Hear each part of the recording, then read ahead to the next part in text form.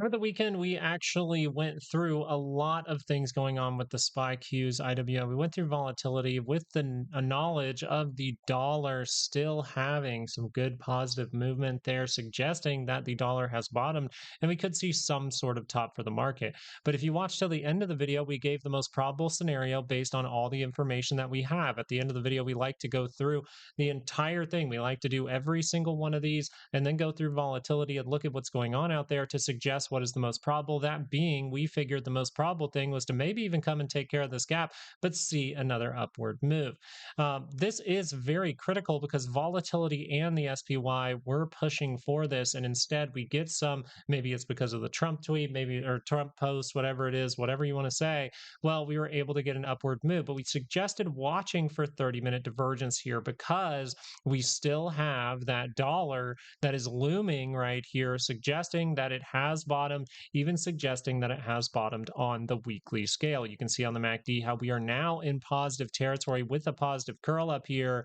So, barring some kind of failure, the dollar is suggesting it's about to turn back around. And that can mean that we are going to see a moment where people go into cash and go out of stocks. Now, you've heard me say that, but make sure to take into consideration what the market looks like. The market can continue to go up for longer than you can remain shorting it, right, in these type of moments.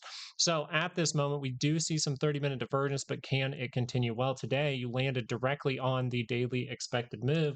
And so we got to get you updated daily expected moves, but I wanted to show off the daily expected move. I do this sometimes just to show, hey, we tag these levels a lot of the time and we end the day there. That's fantastic. But for tomorrow, you're going to be paying attention to 755. That's going to be a critical level. And it's going to get really interesting when we get to IWM and kind of the Qs, but mainly IWM. Very interesting over there. So 746. 18 to the downside. Now, the key thing here is we were looking for some kind of 30-minute divergence here. Why are we looking for that right now? Well, we believe that the dollar bottoming is a big deal. And a lot of the time when the dollar is bottoming, not even just on the daily, but on the weekly scale as well, we will see a big trap form and then see some kind of disruption in the market. That disruption can be shown by confirming this 2-hour chart while it is closer to the center line. We will really be paying attention if the 2-hour is able to fall here, because if that is able to cross down, I would say probably tomorrow, best case, then you do have the reversal signals still intact. You would have a form of triple divergence between these three levels, and that's a problem, suggesting that this daily is not going to cross up, but instead cross to the downside. If that 2-hour is not able to cross down, or for whatever reason that 2-hour makes the move and then fails and turns back to the upside, and we see this daily MACD able to cross, we will be starting to pay attention to that upward yearly expected move. But it is pretty far off for the SPY. That's why it will get very interesting when we get to IWM. So as we look at the 2-hour chart, we have to acknowledge and just say, hey, if the 2-hour crosses down, it's risky. But as of right now, we do not see extreme weakness in momentum because we have almost an even high here in this divergence. Because all these divergences here are rather flat, we still have the same amount of distance to that center line, meaning that even if this wanted to pull back in some way, if you see a 30-minute chart confirm into positive territory, it's very likely that we are going to continue this ride to the upside. So as of right now, if bulls want to continue to the upside, we need this 30-minute to confirm up in positive territory. We can pull back until we see that come to fruition. But during that pullback, I want to be very critical if this 2-hour does confirm down below this 9 moving average on the 2-hour. I would really be paying attention. If the 2-hour crosses down, the market becomes risky with the triple divergence and suggests that this can be some kind of trap. The reason we're watching for some kind of trap, once again, is the dollar that we showed off very, very briefly. Let's go through the Qs. We'll get to IWM and volatility. And then remember, we'll go through and be like, hey, what's the most probable based on the information that we took in throughout this entire analysis? As of right now, you are way outside of a monthly expected move. The SPY is currently testing the monthly expected move. Again, this tells us that as the 2-hour is climbing here for the Qs, maybe there's something different going on here. But as of right now, we would want to violate this point to suggest that this is going to fail the reversal signals. Right now, you are potentially setting up another divergence point, but if you're able to take out this level, you may even see two more pushes from this market. Be aware that when you do violate certain levels, continuation will be the most probable, especially when it is in the bullish direction, as markets most of the time end up going to the what? To the upside. So that's going to be very, very critical. This means that as the 2 hour turns down, or if the 2 hour is able to turn down, right? If we're able to see a cross down here, it is by the center line. And we want to be able to say, hey, yeah, that is a reversal signal. We still have the divergences intact from across the way. But as of right now, we do have a lot of room to go beat out this low. So we would potentially need a surprise. A surprise can come when this curls down into negative territory. So as of right now, if the 2 hour crosses, I want to be cautious with the cues. That's the overall suggestion here from the charts. Let's see the 30-minute and see how probable it is to curl down maybe in the next trading session for that 2 hour chart.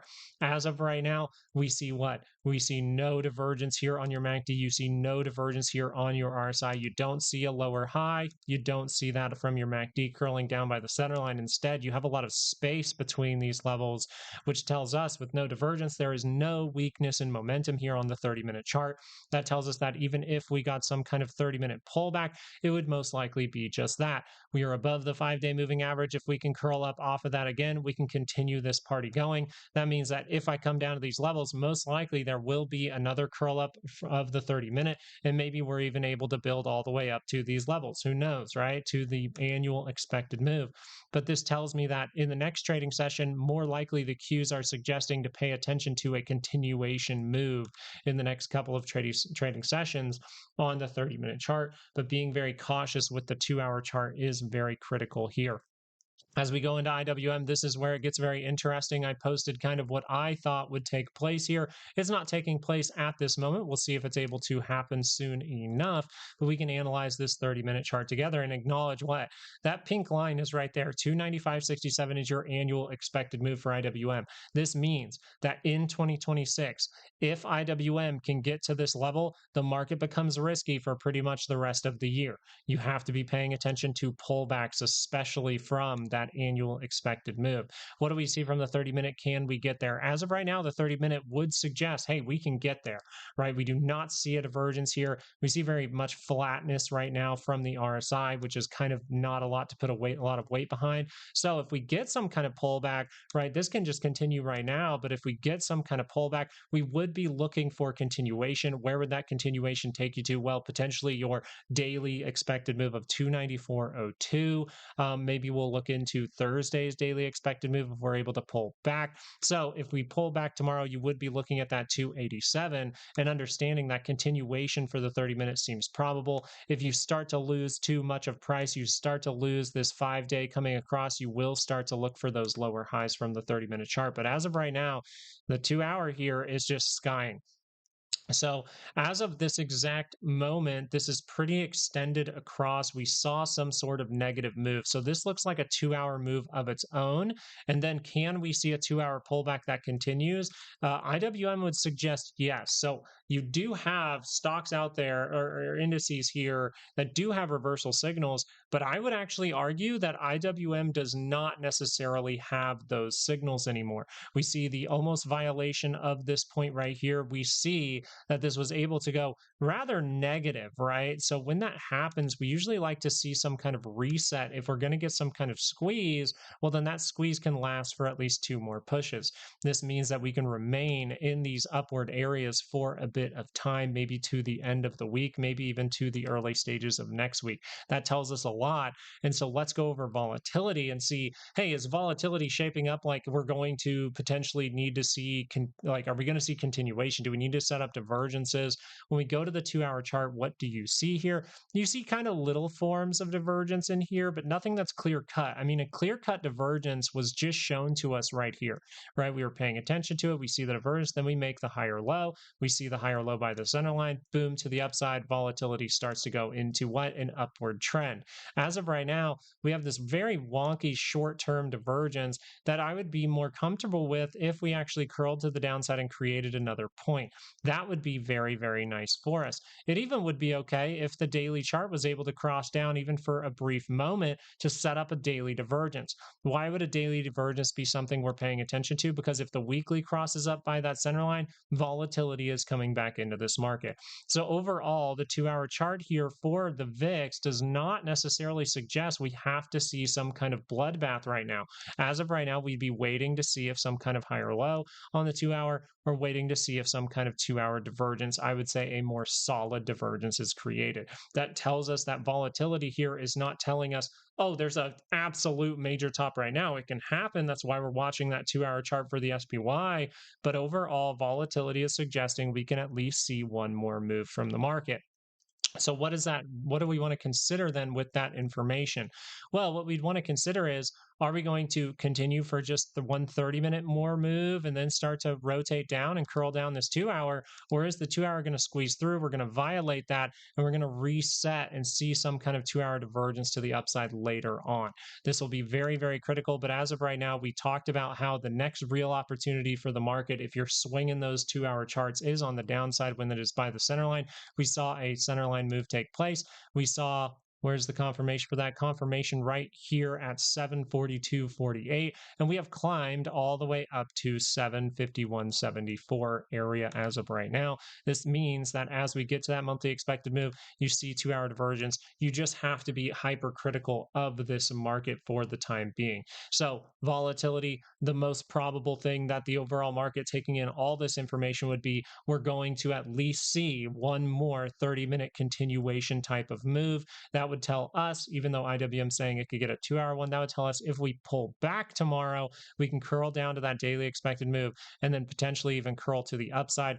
Curl to the upside, watch out for divergence on the next move. That would be the best thing to do for the rest of the week. Thank you guys so much for watching this video, and make sure to keep your prayers out there for my 2-year-old. She has her broken leg and she's a very active girl and she's just having a hard time with it, and mama's having a hard time because it's very hard to tell a 2-year-old, we can't go play at the park and things like that when she loves to move around. So please, I would appreciate any kind of prayers for my family at this moment, for my girls. I would really appreciate it, and I will be praying for all of you as well. Thank you guys so much. Have a great rest of your day, and peace out.